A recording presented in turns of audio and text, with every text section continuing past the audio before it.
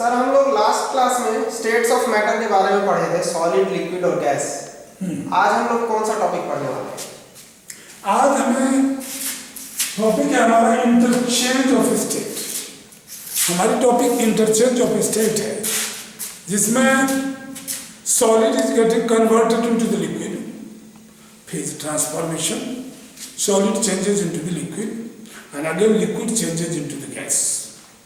So solid to liquid, liquid to gas. There is a phase transformation, interchange of state. Sir This topic is mine today. I will be dealing with it. Sir तो ये हम लोग तो material के बारे में पढ़ रहे थे इस चैप्टर में, और मटेरियल के बाद हम लोग स्टेट्स ऑफ मैटर के बारे में पढ़े, और स्टेट्स ऑफ मैटर में सॉलिड, लिक्विड, गैस। Definitely.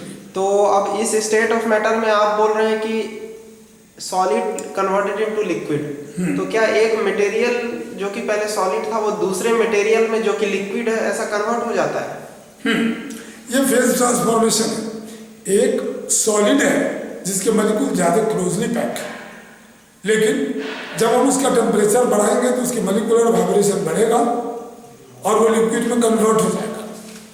और लिक्विड को फिर अगर हम टेम्परेचर बढ़ाते हैं तो उसका मॉलिक्यूलर वाइब्रेशन और बढ़ेगा, कोलिजन बढ़ेगा, इंटरमॉलिक्यूलर स्पेस बढ़ेगा और फिर वो गैस में कन्वर्ट हो जाएगा।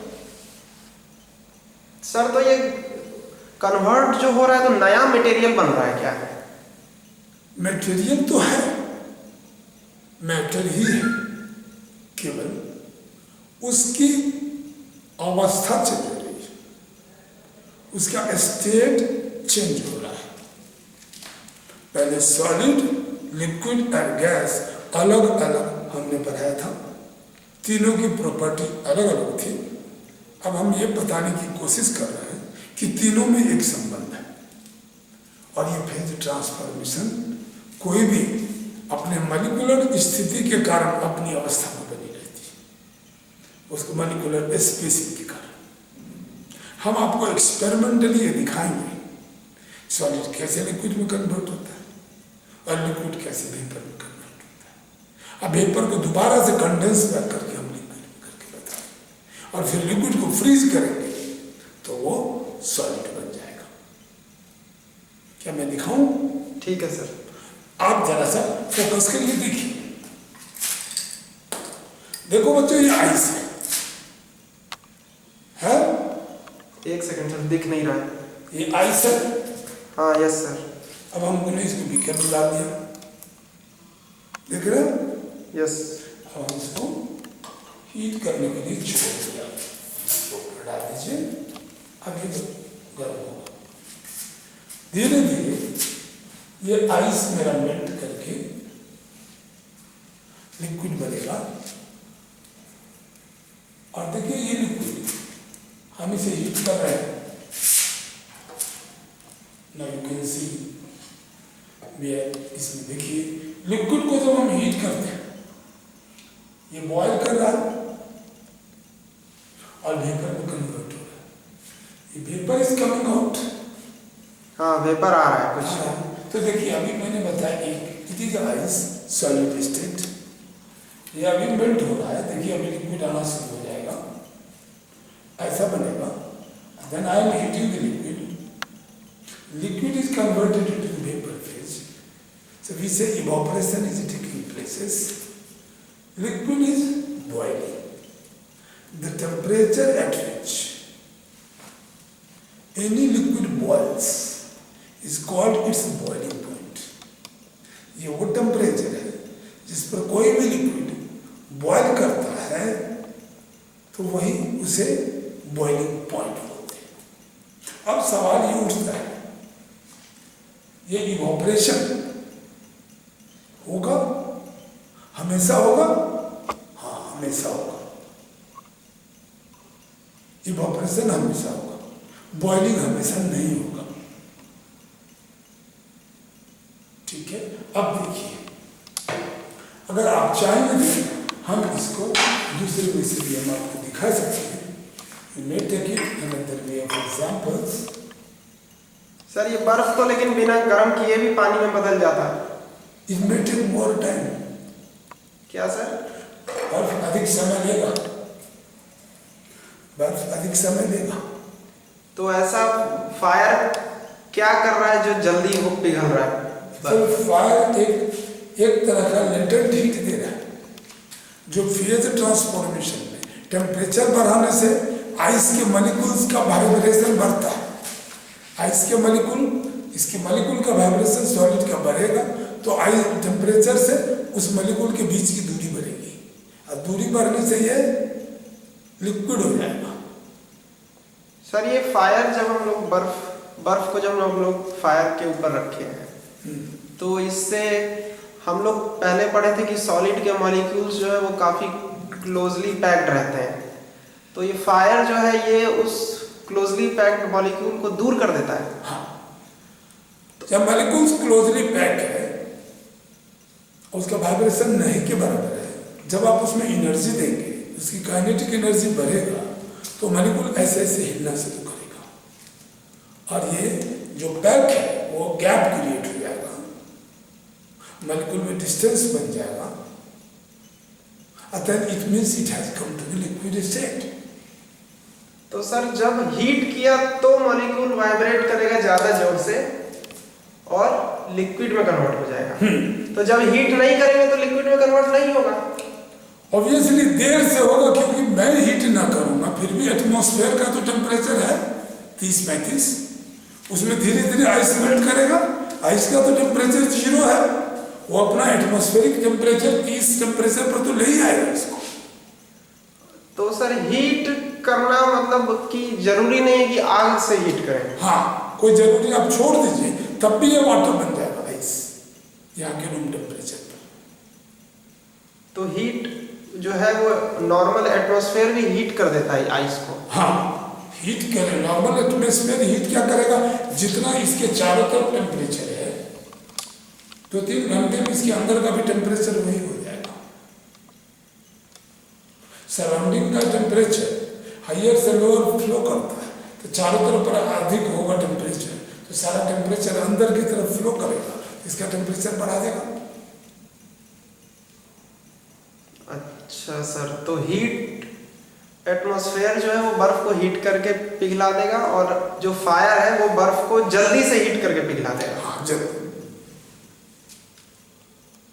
आप देख सकते हैं आपका ये आइस मेल्ट कर चुका है, देखिए कोई आइस नहीं है। अभी अभी हमने आपके सामने आइस लिया था, नाउ इट इज वाटर।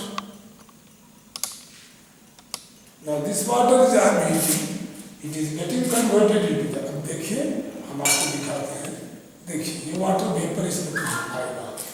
आपके पास ये बर्तन तो मैंने दिया था, इसमें पानी नहीं है। ये जो ऊपर ढक्कन लगाए सर बर्तन, इसमें पानी नहीं था। तो अभी देखिए इसमें वाटर वेपर कंडेंस करेगा, कूल होगा, आप देख सकते हैं इसमें थोड़े ही समय में ऐसा हो जाएगा। नाउ लुक इट, देखिए ये वाटर कंडेंस।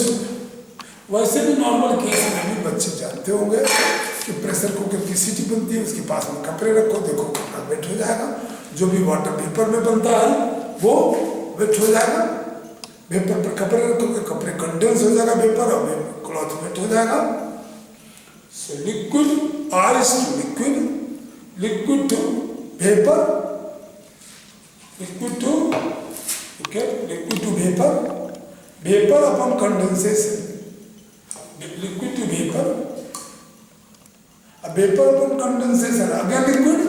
वेपर को कंडेंस किया, वो ऊपर ग्लास को उल्टा रख के, हाँ, तो उसमें लिक्विड बन गया। वैसे भी इस पर हाथ रखेंगे तो आपका हैंड वेट हो जाएगा। कहीं भी वेपर में आप घर में खाना बना रहे हो, चाय बन रही है, ऊपर भाप निकल रहा है, जब आप रखेंगे तो आपका हाथ हैंड वेट हो जाएगा। वेपर कंडेंस कर रहा है, और कंडेंस वेपर को दोबारा अगर फ्रिज में डाल देंगे तो आइस बन जाएगा। कंडेंस्ड वेपर मतलब लिक्विड, लिक्विड दोबारा आइस उसमें डालेंगे तो आइस बन जाएगा फ्रिज में। ठीक है, तो ये मैंने आपको बताया फेज ट्रांसफॉर्मेशन। कोई डाउट इसमें? सर ये आइस को हीट किया तो लिक्विड बना, लिक्विड को हीट किया तो वेपर बना, और वेपर को हीट किया नहीं, वेपर को कूल किया। वेपर में तो मॉलिक्यूल के बीच में डिस्टेंस ज्यादा था, वेपर में मॉलिक्यूल के बीच में डिस्टेंस ज्यादा था, गैस था। अब उसके डिस्टेंस को कम करने के लिए उसका टेम्परेचर निकाल दिया, कूल कर दिया तो डिस्टेंस घट गया। उसको तो हाथ से दबा भी देंगे तो कूल डिस्टेंस कम हो जाएगा। ऑब्वियस, अगर प्रेशर बढ़ाएंगे तो कूल हो जाएगा, कोई भी गैस लिक्विड में कन्वर्ट हो जाएगा। तो अभी सर वो जो ग्लास उल्टा रखे थे, तो वो तो ग्लास उल्टा रखे ना, कूल कैसे किए उसको? देखिए, ये वैसे भी मैं अपना रहन रहा हूँ कि कूलिंग है, और कहेंगे तो कूलिंग तो सर इसमें फ्रिज तो रखे नहीं हम लोग कहीं पे, तो कूलिंग कैसे हुआ? हम कंडेंस कर रहे हैं ना, केवल लिक्विड कन्वर्ट कर रहे हैं ना। We are condensing it, we are converting into the liquid. If you want furthermore, we can go ahead with that. इस पर भीगा हुआ कपड़ा रख दीजिए। तो भीगा हुआ कपड़ा जो है वो ठंडा है, वेपर के वेपर का एनर्जी को ले लेगा। अच्छा, आउटर पार्ट वेपर की एनर्जी को लेगा। अब देखिए, बड़े आराम से आपको दिख कर आया। एक सेकंड सर, देख, हाँ थोड़ा थोड़ा ड्रॉपलेट आ रहा है उसमें। आएगा, जितना देर रखेंगे उतना आएगा। तो वेपर जो है वो ग्लास से टकरा के कूल हो गया और लिक्विड में कन्वर्ट हो गया। ठीक है सर, और लिक्विड को फिर फ्रिज में हम लोग बस जमा देते हैं। It is interconversion of the phase transformation. मैंने इन चीजों के बारे में बताया, तो इसी को फेज ट्रांसफॉर्मेशन बोलते हैं। अब बच्चों को मैं कुछ इससे संबंधित कुछ वर्क दे दूं, लिखेंगे। लेकिन सर ये सिर्फ फेज ट्रांसफॉर्मेशन पानी के लिए होता है कि और भी चीजों के लिए होता है? और भी चीजों के लिए होता है, लेकिन उसके लिए स्पेशल अरेंजमेंट करना होगा। जैसे गैस है, सीएनजी है, कंप्रेस नेचुरल गैस है, उससे हाई प्रेशर पर कंप्रेस करते हैं तो वो भी नेचुरल गैस बन जाता है। एलपीजी है, पेट्रोलियम गैस, वो भी कंप्रेस होने के बाद लिक्विड बन जाता है। ठीक है सर, होमवर्क दे दीजिए। ठीक, पहला question, define solid, liquid and gas. दूसरा क्वेश्चन, होमवर्क, पहला क्वेश्चन क्या है sir? define solid liquid gas. What is the difference?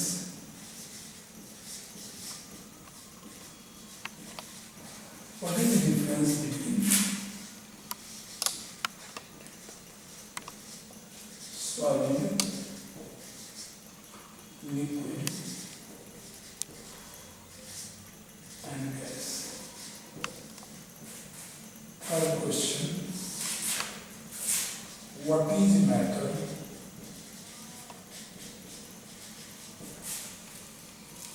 Or explain material.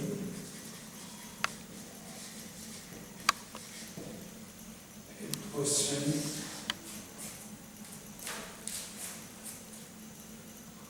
explain interchange state change. Sixth question, yes sir.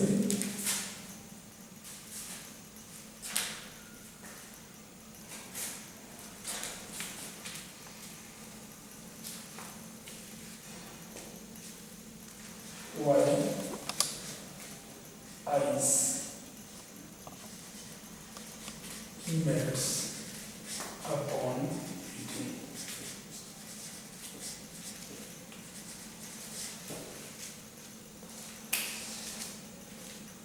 What is boiling point?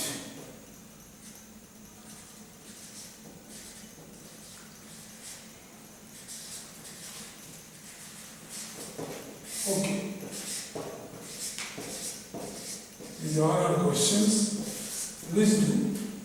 मैंने questions की photo state करके भेज दिए हैं। ये क्वेश्चंस? हाँ, मैंने बुक के फोटो स्टेट करके भेज दिया है। एक बार सर क्वेश्चन दोबारा रिपीट कर दीजिएगा।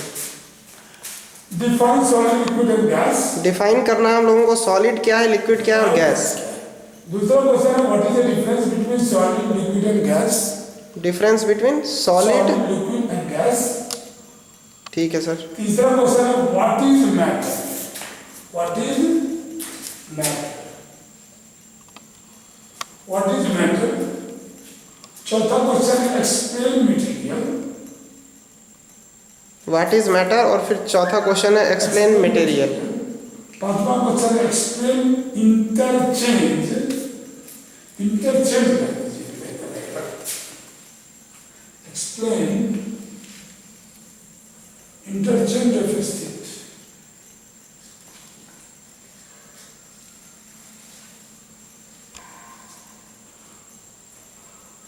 Explain interchange of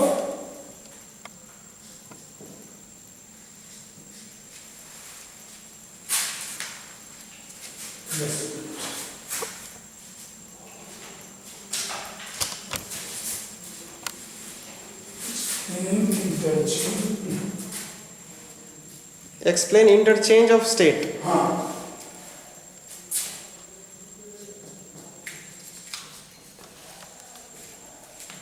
सर उतना ही क्वेश्चन कर लेते हैं आप। Okay. Interchange, explain interchange of state. Why ice melt upon heating. Why ice melts upon heating.